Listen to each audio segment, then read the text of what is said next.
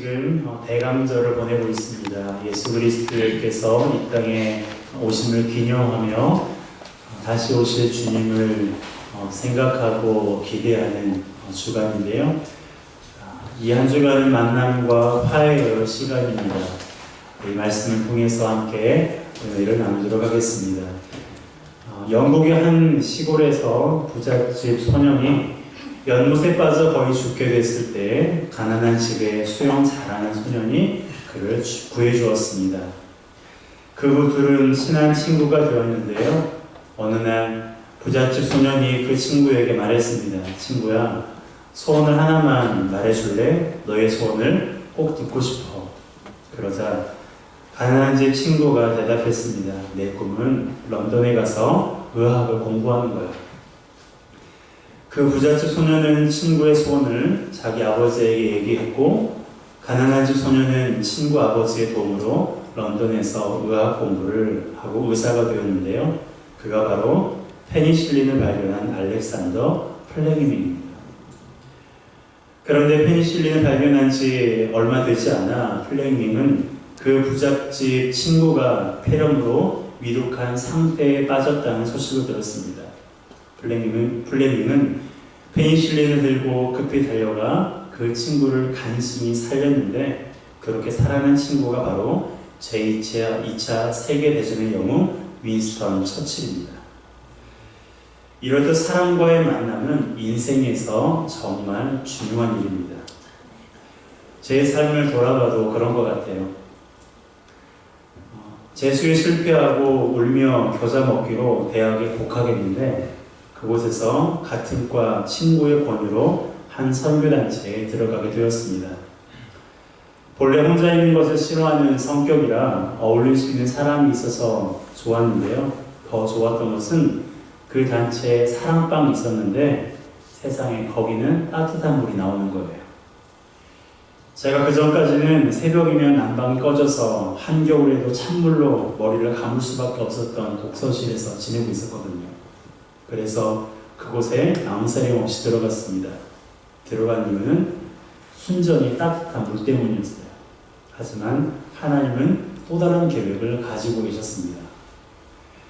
아침이면 형제들이 함께 모여서 큐티를 하고 운동을 했고, 저녁에는 동아리방에 모여서 1시간씩 합심으로 기도했습니다.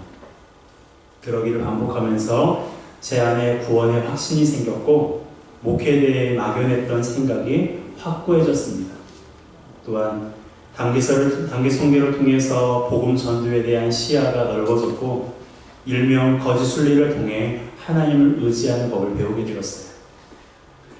목회에 대한 확신이 드니까 신학대학원에 진학하게 되어 교회 사역을 시작하게 되었고, 세광교회, 에덴교회, 오륜교회를 거쳐 회원교회까지 오게 된 것입니다. 세광교회에서 사역했기 때문에 아내를 만나게 되었고, 에덴교회에서 사역했기 때문에 오륜교회를 알게 되었고, 오륜교회에서 사역했기 때문에 회원교회를 만나게 된 것입니다. 이 모든 것이 21년 전 같은 과 친구와의 만남으로부터 시작된 거예요.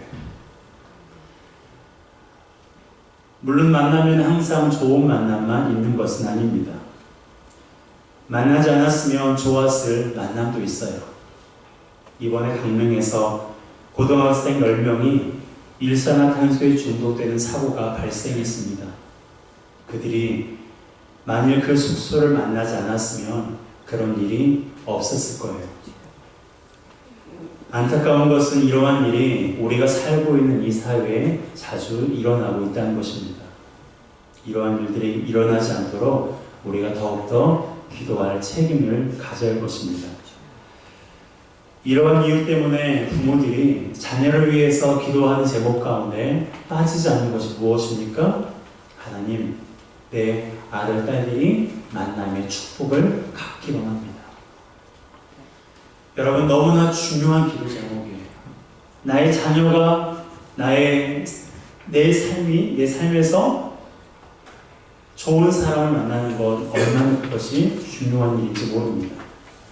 때문에 잠언에는 만남에 관한 구절이 자주 등장하는데요. 그 중에 2가지만 읽어보겠습니다. 잠언 13장 20절 함께 읽습니다. 시작. 지혜로운 자와 동행하면 지혜를 얻고 미련한 자와 사귀면 해를 받느니라. 잠언 22장 24절입니다. 노를 품는 자와 사귀지 말며 울부는 자와 동행하지 말지니. 여러분, 지혜로운 자와 동행할 것을 성경은 권면하고 있습니다. 반면에 미련하고 성질을 잘 내는 사람과는 동행하지 말라고, 사귀지 말라고 성경은 말하고 있어요. 왜냐하면 누구를 만나느냐에 따라서 내가 복을 받기도 하고 해를 받을 수도 있기 때문입니다. 그런데요, 좋은 친구, 좋은 선생님, 좋은 배우자를 만나는 것도 중요하지만 무엇보다 중요한 것은 예수 그리스도와의 만남입니다. 좋은 친구를 만나도요, 때로는 갈등을 겪을 때가 있어요. 좋은 선생님을 만나도 때로는 그 선생님 때문에 상처를 받을 수도 있고요.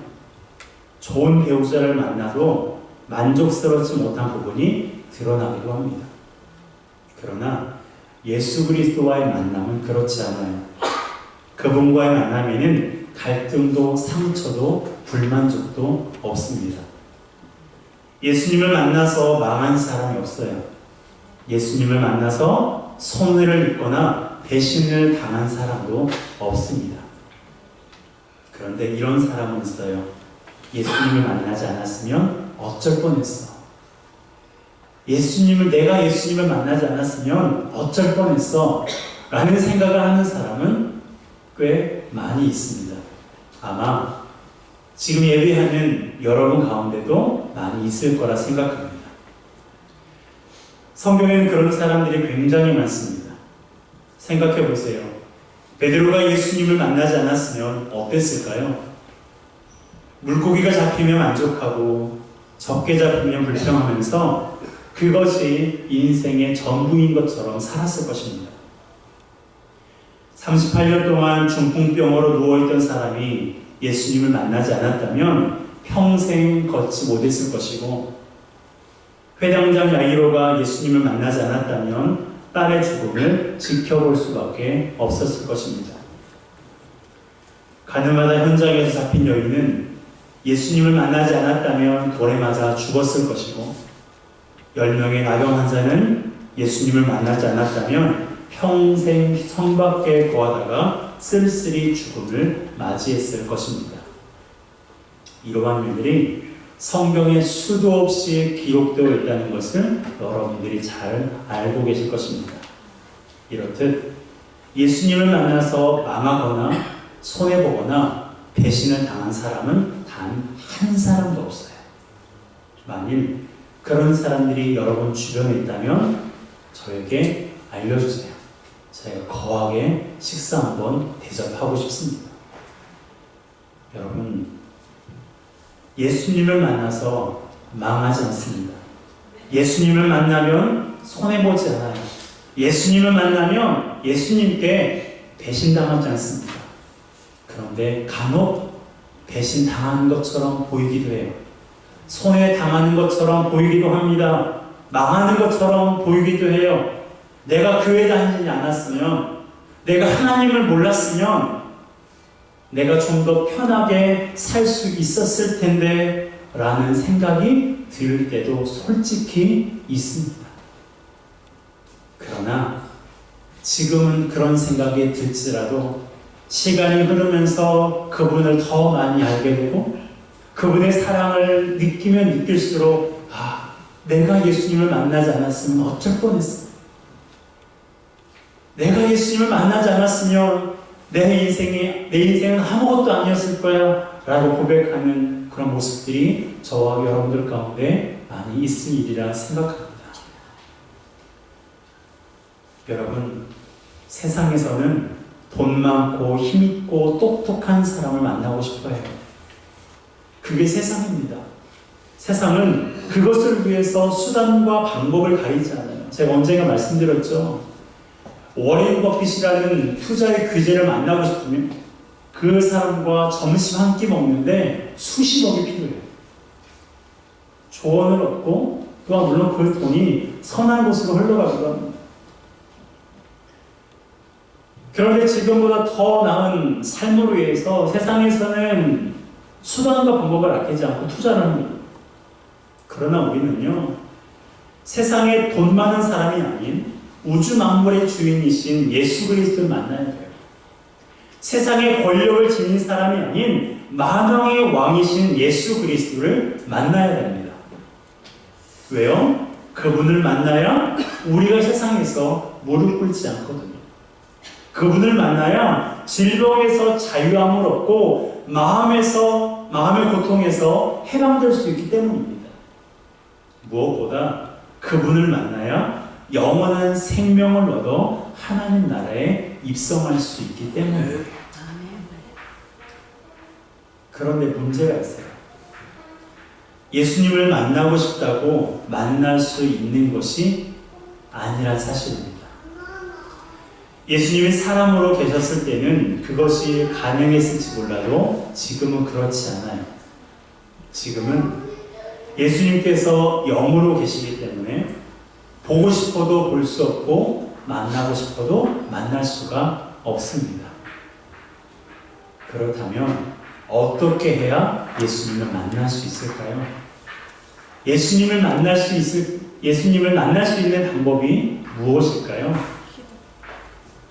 그것은 찾아오신 예수님을 영접하는 것입니다.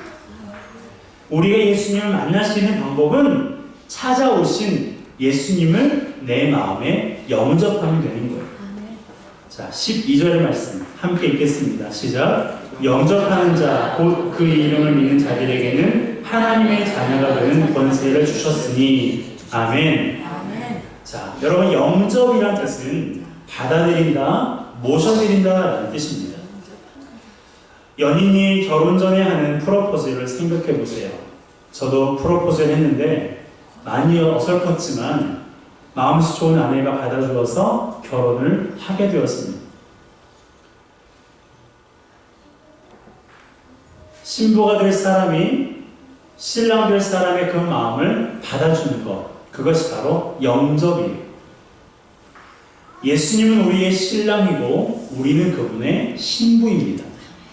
보통 신랑이 신부에게 프로포즈를 하듯이 예수님이 우리에게 프로포즈를 하시는 거예요. 로미오가 줄리엣에게 창문을 열어달라고 말하는 것처럼 예수님께서 우리에게 마음의 문을 열어줄 것을 말씀하고 있는 거예요. 여러분, 예수님은 먼 데 계시지 않습니다. 예수님은 지금 우리 마음의 문 밖에 서 계십니다. 우리가 문을 열 때까지 기다리고 계세요. 하나님을 알지 못하는 사람들의 그 마음 밖에서 예수님은 이 추운 날씨에 우두커니 서 계실 뿐입니다. 그분은 우리 마음의 문을 강제로 열 수 있지만 그렇게 하지 않으세요. 그렇게 하면 진정한 사랑의 관계가 이루어지지 않는다는 것을 그분이 알기 때문입니다. 부모가 자녀의 방을 강제로 열고 노크를 하지 않고 문을 벌컥벌컥 열면 자녀가 좋아하지 않아요. 그리고 속상한 마음에 문을 닫고 방 안에 자녀가 들어갔는데 부모가 강제로 그 문을 열고 들어가면 어떻게 될까요? 그 관계가 회복될까요? 여러분, 그렇지 않습니다. 강제로 문을 열고 들어가면 그 관계는 더욱더 골이 깊어질 뿐이에요.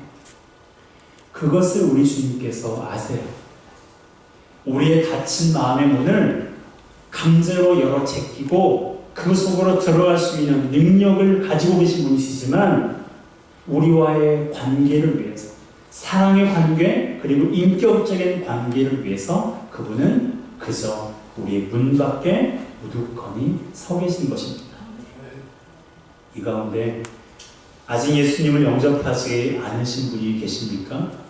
이 시간 마음의 문을 열고 예수님을 내 삶의 주인으로 고백하며 영접하시기를 주님의 이름으로 축복합니다. 그리고 이미 예수님이 마음에 들어와 계신 분은 그분과 더 깊은 교제를 위해서 노력하시기를 부탁드립니다. 아멘. 여러분 생각해 보세요. 신부가 프로포즈를 받아주어서 결혼을 했어요. 그런데 함께 시간을 보내지 않는다면 어떻게 될까요? 그 신랑과 신부는 행복한 관계로 발전되지 못합니다. 마찬가지로 우리가 내 안에 계신 예수님과 시간을 보내지 않는다면 그분과 친밀한 관계가 될 수가 없어요. 내가 정말 좋아하는 사람이 우리 집 문 앞에 있습니다. 초인종을 누르던 문을 두드렸습니다. 너무나 반가워서 문을 열고 들어오라고 했어요.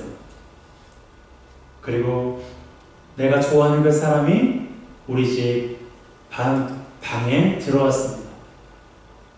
그런데 아무것도 없어요. 아무 말도 없고 들어오긴 했는데 쳐다보지도 않고 함께 시간을 보내지 않습니다. 여러분 그럼 어떻게 될까요? 그 어색한 분위기 어떻게 할 거예요? 불편해서 어쩌면 나가고 싶은 마음이 간절할지도 모르겠습니다. 여러분 예수님께서 내 안에 계시는 것 정말 중요한 일이에요. 예수님께서 내 안에 들어오시는 것 너무너무 놀라운 일입니다.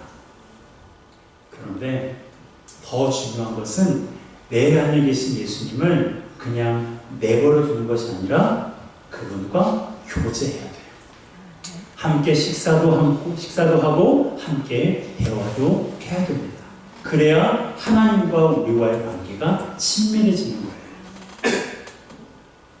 예수님과 친밀한 관계가 되지 않는다면 우리는 그분 안에 있는 기쁨과 평안을 누릴 수가 없습니다. 그분으로 말미암은 승리도 경험하지 못해요. 어쩌면 풍랑이는 바다에서 배를 타고 가는 그 제자들의 그 모습이 우리의 모습일 수도 있는 것입니다. 우리는 그 성경 구절을 읽으면서 어떤 생각을 합니까? 아니, 제자들도 참 믿음이 없지. 예수님이 함께 하시는데 무슨 걱정이야. 여러분, 우리가 과연 그 현장에 있었다면 어땠을까요? 우리 인생 가운데 우리 마음속에 예수님께서 계시는데 평안과 기쁨이 넘쳐나는 것이 당연할 것인데 그렇지 않는 우리의 모습을 우리가 볼 때가 얼마나 많지 않습니까? 여러분, 아무리 거센 풍랑이 몰아쳐도 예수님이 함께 하시면 그 풍랑이 두렵지가 않는 법이에요. 우리 인생 가운데 거센 풍파가 몰아칠지라도 예수님께서 내 안에 계시다는 것을 인식하고 그분과 우리가 함께하는 것을 확신한다면 그 거센 풍파가 전혀 두렵지가 않는 거예요.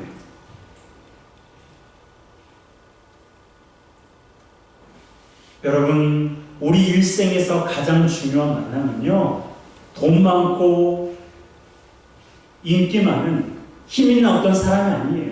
바로 예수 그리스도와의 만남입니다. 우리가 그분을 만날 수 없기 때문에 그분이 먼저 우리를 찾아오신 거예요. 그러므로 예수님을 영접하시고 예수님을 영접하신 분들은 그분과 친밀한 사귐을 가지시기를 주님의 이름으로 축복합니다.